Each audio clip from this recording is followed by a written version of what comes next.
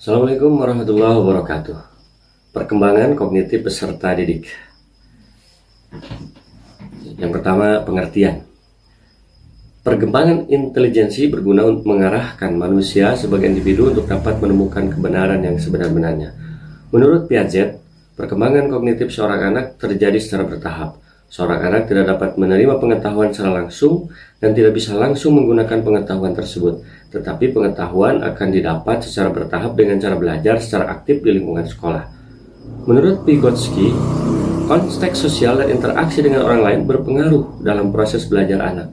Vygotsky juga yakin pembelajaran tidak hanya terjadi saat di sekolah atau dari guru saja, tetapi suatu pembelajaran dapat terjadi saat siswa bekerja, menangani tugas-tugas yang belum pernah dipelajari di sekolah.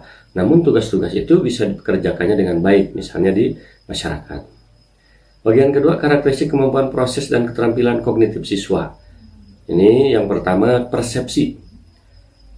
Persepsi adalah suatu proses penggunaan pengetahuan yang telah dimiliki untuk memperoleh dan menginterpretasi stimulus rangsangan yang diterima oleh sistem alat indera manusia. Persepsi meliputi suatu interaksi rumit yang melibatkan setidaknya 3 komponen utama, yaitu seleksi, penyusunan, dan penafsiran.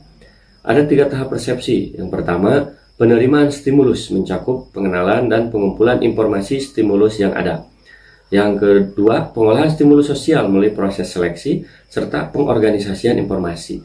Yang ketiga, perubahan stimulus yang diterima individu dalam menanggapi lingkungan melalui proses kognisi yang dipengaruhi oleh pengalaman cakrawala serta pengetahuan individu.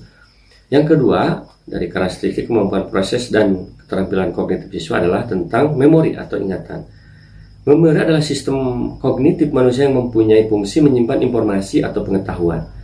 Santrok mendefinisikan memori sebagai retensi atau ingatan informasi dari waktu ke waktu dengan melibatkan encoding, pengkodean, penyimpanan, storage, dan retrieval atau pengambilan kembali. Ada 3 tipe memori. Yang pertama, sensoris atau pencatat indrawi untuk melihat, mendengar, mencium, merasakan. Yang kedua, memori jangka pendek, yaitu sistem memori berkapasitas terbatas di mana informasi hanya dapat dipertahankan sekitar 30 detik, kecuali informasi tersebut diulangi atau diproses lebih lanjut sehingga dapat bertahan lebih lama.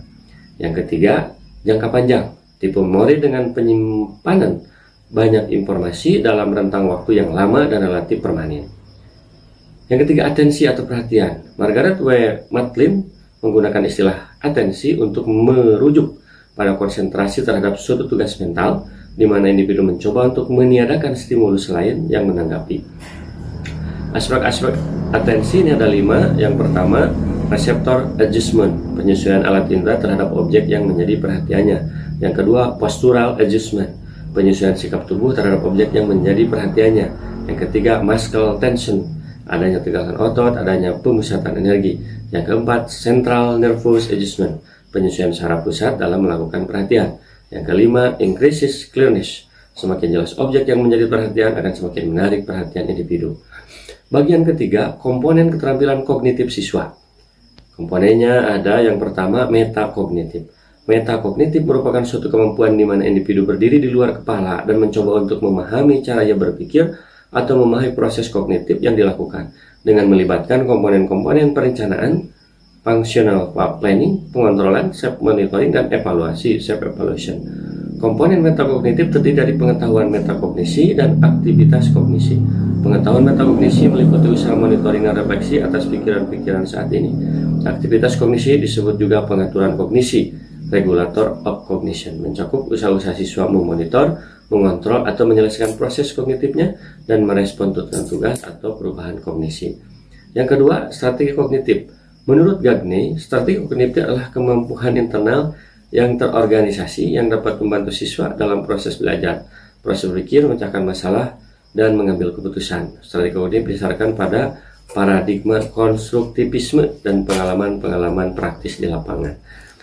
Jenis-jenis strategi kognitif. Yang pertama, chunking, dilakukan dengan cara mengorganisasikan materi secara sistematis melalui proses mengurutkan, mengklasifikasikan, dan menyusun. Yang kedua, spasial, untuk menunjukkan hubungan antara satu hal dengan hal yang lain. Yang ketiga, multipurpose, digunakan untuk berbagai tujuan, antara lain rehearsal, imaginary, dan mnemonik. Yang ketiga, gaya kognitif. Gaya kognitif adalah karakteristik individu dalam penggunaan fungsi kognitif. Berpikir, mengingat, memecahkan masalah, membuat keputusan, mengorganisir, memproses informasi, dan seterusnya, yang bersifat konsisten dan berlangsung lama. Dalam pengertian daya belajar, gaya kognitif dapat diartikan sebagai ciri khas individu peserta didik dalam belajar, baik yang berkaitan dengan cara penerimaan dan pengolahan informasi, sikap terhadap informasi, maupun kebiasaan yang berhubungan dengan lingkungan belajar. Yang keempat, pemikiran kritis. Pemikiran kritis merupakan kemampuan untuk berpikir secara logis, reflektif, dan produktif yang diaplikasikan dalam menilai situasi untuk membuat pertimbangan dan keputusan yang baik.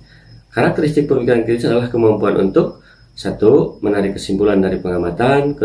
Mengidentifikasi asumsi. 3. Berpikir secara deduktif. 4. Membuat interpretasi yang logis. 5. Mengevaluasi argumentasi mana yang lemah dan mana yang kuat. Yang keempat, faktor yang mempengaruhi perkembangan kognitif siswa. Ini yang pertama, hereditas. Semenjak dalam kandungan, anak-anak telah memiliki sifat-sifat yang menentukan daya kerja intelektualnya. Secara potensial, anak telah membawa kemungkinan kecenderungan intelektualnya pada taraf tertentu. Yang kedua, lingkungan. Terdapat 2 faktor lingkungan yang sangat besar peranannya, keluarga dan sekolah. Orang tua memberikan pengalaman kepada anak dalam berbagai bidang kehidupan. Guru memberikan stimulasi. Bagian yang kelima, yang terakhir ini, implikasi perkembangan kognitif siswa dalam pembelajaran. Upaya yang dapat digunakan guru dalam membantu peserta didik mengembangkan kemampuan kognisi ada 4. Yang pertama, guru harus mengajar dan menganjurkan kepada peserta didik untuk menggunakan strategi belajar yang sesuai dengan kelompok usia mereka. Yang kedua, memberikan kesempatan pada siswa untuk belajar sendiri dengan sedikit atau tanpa bantuan dari guru. Yang ketiga, memberi kesempatan kepada siswa untuk mengevaluasi dan menolong diri sendiri mengembangkan mekanisme belajar yang efektif. Yang keempat, memberi kesempatan seluas-luasnya kepada peserta didik untuk mengakses hasil belajarnya sendiri. Semoga bermanfaat. Assalamualaikum warahmatullahi wabarakatuh.